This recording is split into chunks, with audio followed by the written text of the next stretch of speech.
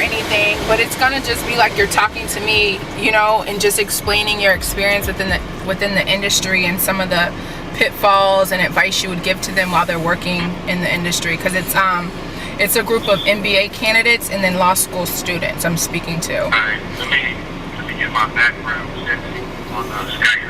Okay. Where are you at now? You on the way to the school? Yeah, I'm leaving South Beach on my way to the school now. And I'll kind of start asking you some questions about, you know, touring and live performances. But I wanted you kind of to talk about all the crazy like writers you've seen. Like, remember when we were doing like that Mariah Carey deal for inauguration, and you know, it's you and Malcolm, and then like just all the crazy writers. And even if you want to talk about the artist writers that are on your record label and stuff like that, you know. So that was Mel Smith, the Senior Vice President of Promotions for Cash Money Records, just confirming him to be part of our live class today so he can give us all his entertainment expertise, and I can relay the same. He's a great client and he's actually a good friend of mine. I love Miami. I hope I'm entertaining and can talk for 2 hours to these kids. Been plotting on the low, scheming on the low. The furthest thing from perfect, like everyone.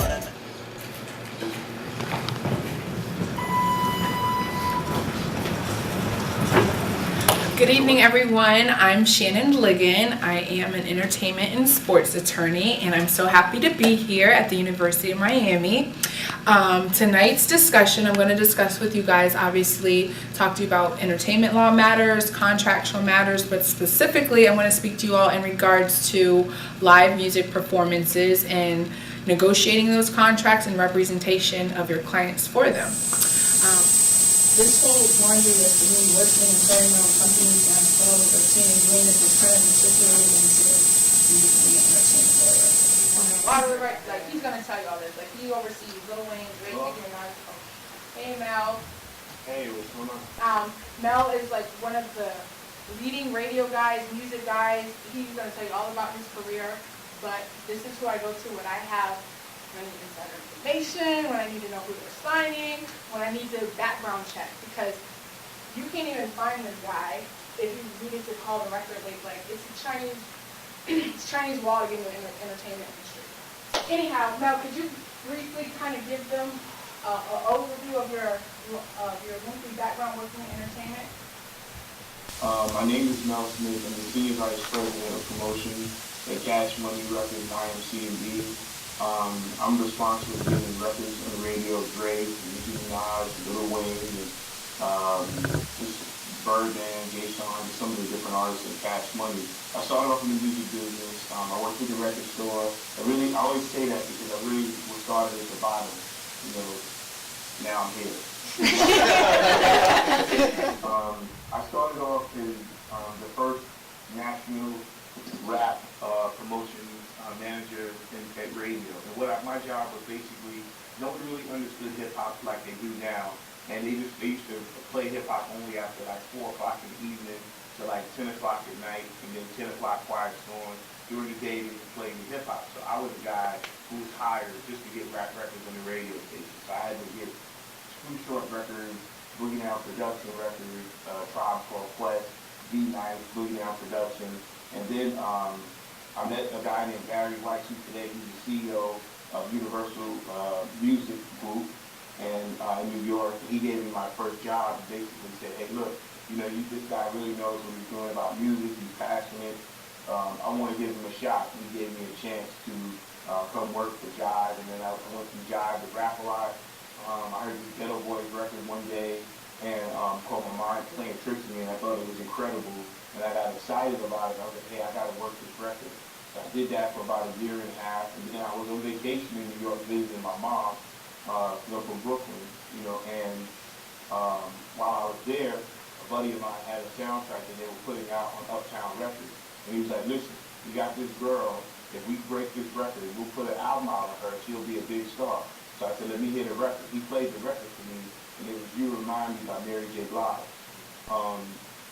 So we broke Mary, you know, she's like my little sister, you know, I took her on the road, with me, took on tour, introduced her. And when I say take on the road, I basically took her city to city in like a van, radio stations.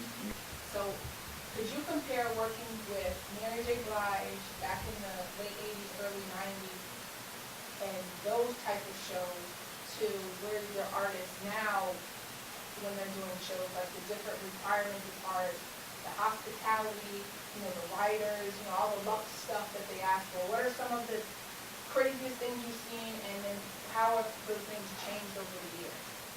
What we have called a rider. A rider is the requirement that an artist wants in backstage in the dressing room.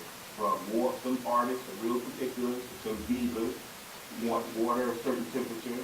They want only green M&Ms. So can you imagine going to an M&M bag and picking out all the other ones that are green?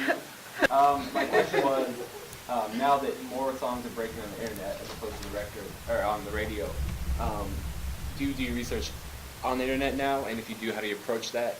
And how do you relay that in confidence to a record or a radio producer?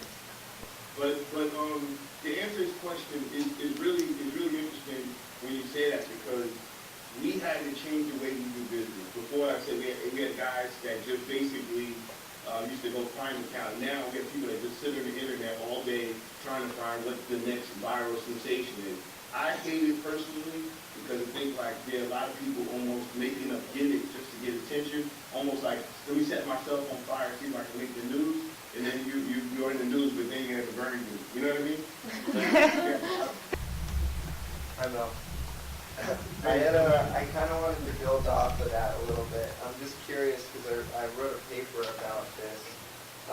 What's your view on when artists remix without permission? Or like, for instance, you mentioned Flavor here. I know Girl Talk uses that song. Do you think what? Most artists don't mind when you re-record their song because it gives the song longer life. And one of the great things my lawyer Shannon told me is that that's the whole reason for the Harry Fox agency, is that you want to have songs live forever, like a Frank Sinatra song, a Michael Jackson song, a Rolling Stone song, a Pearl Jam, something like that, because if you don't let people re-record or license it, that song will die and no one will ever hear it, and that way records won't transfer from generation to generation. Well, you can play a song as long as you're not trying to sell a passion about it. Because just as Michael Jordan was great at shooting basketball and Emerald was great at cooking, you are great at something too. You just have to find out what that true talent is and explore it and just really work hard at it, and just you'll be happy and successful. It means nothing to be successful and not happy. Well, we appreciate your time, and I'll be in touch with you. So thank you guys. You can give him a phone. One of my clients had secured LeBron James before. It was actually never technically got signed, which is probably another reason why he got hanged up, is because they were trying to do everything on his handshake. But basically, NBA All-Star occurred in Orlando in 2011. They book all these athletes and people to make appearances. But what this contract why it was so unique was they were actually securing a name and likeness. Most of these guys get paid to come do a walkthrough, they're on the mic, they have to do a couple drops, and then they're out. Good luck with the